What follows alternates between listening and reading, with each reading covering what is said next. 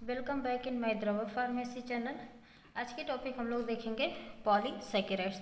हमारा पॉलीसेकेराइड्स जो है कार्बोहाइड्रेट का एक क्लासिफिकेशन है। ठीक, इसके पहले हम लोग पढ़ चुके हैं मोनोसेकेराइड्स, ओलिगोसेकेराइड्स। ओलिगोसेकेराइड्स में डाइसेकेराइड्स और ट्राइसेकेराइड्स। ठीक, पॉली का मतलब आप सब लोग जानते हैं ढेर सारे, सेकेराइड्स यानी शुगर मालिक्यूल्स। ठीक, इसमें क्या होंगे, ढेर सारे शुगर मालिक्यूल्स होंगे। देखिए इसका definition, polysaccharides are also known as non sugar. ठीक, यानी कि इसे हम लोग नॉन शुगर के नाम से जानते हैं। Because they are not sweet in taste, यानी कि ये हमारा स्वीट इन टेस्ट है, यानी कि इसका टेस्ट मीठा नहीं होता है। इसके पहले जब हम लोग पढ़े थे मोनोसेकेराइड्स और ओलिगोसेकेराइड्स, उनका क्या होता था, टेस्ट मीठा होता था। लेकिन अब पॉलीसेकेराइड्स में नॉन शुगर है, नॉन शुगर है तो जाहिर सी बात है इसका टेस्ट मीठा नहीं होगा। ठीक, polysaccharides are essential component for the biological system and perform many activities.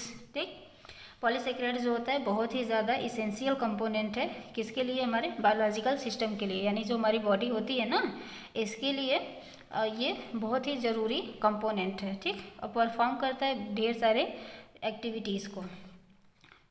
Main number of this group, यानी कि इस ग्रुप का मेन मेंबर क्या क्या होते हैं, जैसे कि स्टार्च हो गया, सेलुलोज हो गया, ग्लाइकोजेन हो गया, ये सब इसके मेंबर होते हैं। किसके मेंबर, तो पॉलीसेकेराइड्स के। आगे इसकी प्रॉपर्टीज़ देखते हैं। प्रॉपर्टीज़ में they are colourless, odourless and non crystalline. Non crystalline को हम लोग एमार्फस भी कहते हैं। ठीक, यानी कि इसकी कोई कलर नहीं होती है, इसमें कोई सुगंध भी नहीं होता है, और ये नॉन क्रिस्टलाइन होता है। आगे, they do not give clear solution, यानी कि ये क्लियर सोल्यूशन नहीं देता है। इसमें क्या होगा, थोड़ा धुंधलापन दिखाई देगा जब हम इसको वाटर में डिजॉल्व करेंगे।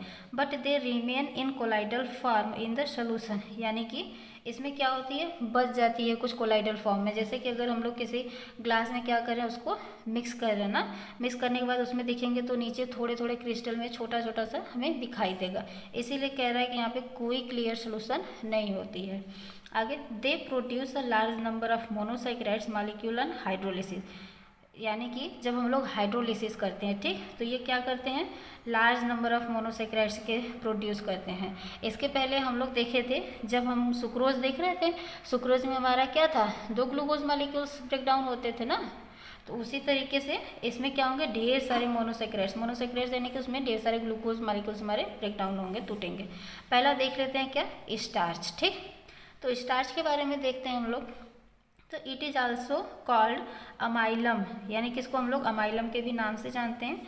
तो ये सोर्स इसका देखते हैं कहाँ कहाँ से मिलता है। Starch is found in large amount in green plants, particularly in seeds and roots, यानी हमें ग्रीन प्लांट से मिलता है, खास करके कहाँ से, तो सीड्स से, यानी जो बीज होते हैं उनके रूट्स होते हैं वहाँ से मिलेगा।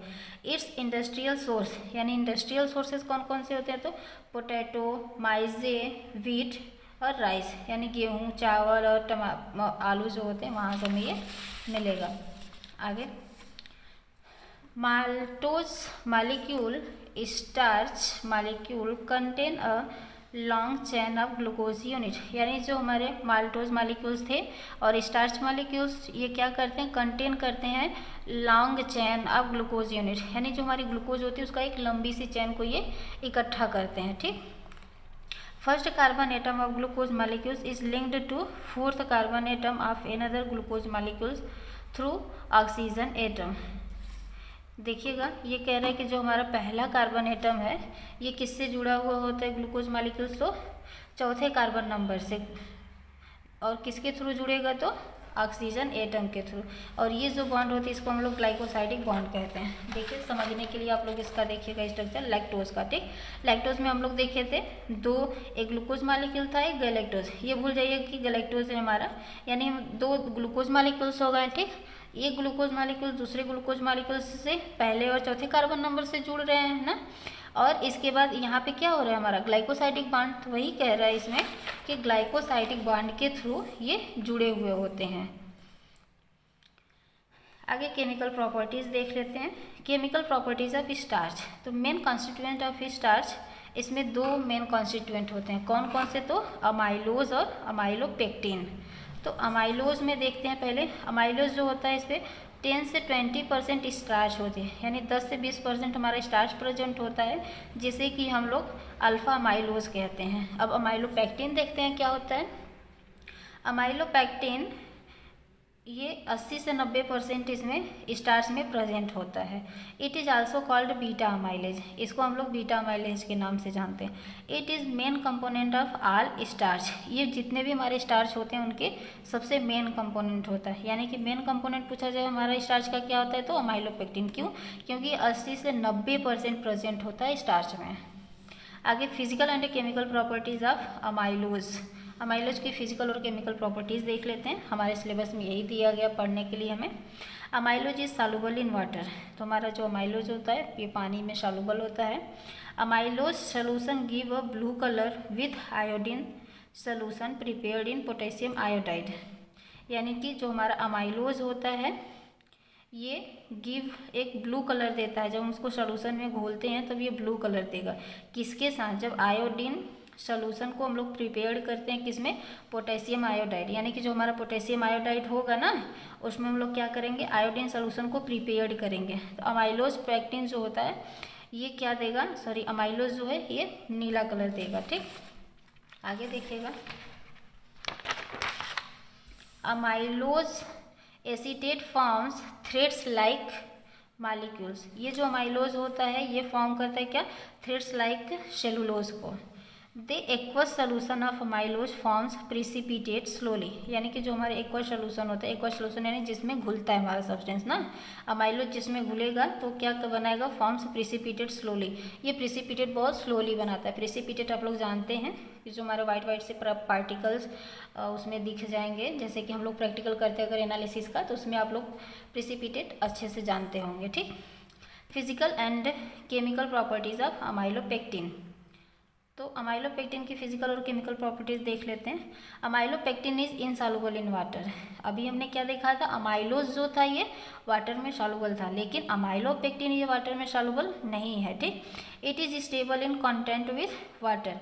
ये वाटर के साथ क्या हो जाता है? स्टेबल हो जाता है, यानी जब वाटर के कॉन्टेक्ट में आएगा तो ये स्थिर हो जाता है। It gives violet colour with iodine solution, यानी कि ये आयोडीन सोल्यूशन के साथ वायलेट कलर दे रहा है, लेकिन अमाइलोज क्या देता था? ब्लू कलर देता था। It gives only glucose on hydrolysis with dilute acid, यानी कि ये क्या करता है? गिव करेगा केवल ग्लूकोज को ऑन हाइड्रोलिसिस। हाइड्रोलिसिस के दौरान ये ग्लूकोज प्रोड्यूस करता है, किसके साथ? तो विथ डाइल्यूट एसिड के साथ। जब हम लोग डाइल्यूट एसिड हमारा प्रेजेंस रहेगा वहाँ पर जब हम लोग ग्लूकोज को हाइड्रोलिसिस करते हैं तो ये ग्लूकोज को प्रोड्यूस करेगा। अमाइलोपेक्टिन को जब हाइड्रोलिसिस किया जाता है। Amylopectin acetate does not forms threads like cellulose. अभी तक क्या था यहाँ पर देखिए, अमाइलोज जो था ये थ्रेड लाइक सेलुलोज दे रहा था, और अमाइलोपेक्टिन क्या करता है? थ्रेड लाइक सेलुलोज नहीं प्रोड्यूस करता है। ठीक, thank you all of you. Next video में हम लोग पढ़ेंगे ग्लाइकोजेन। वीडियो को please like share and subscribe करें।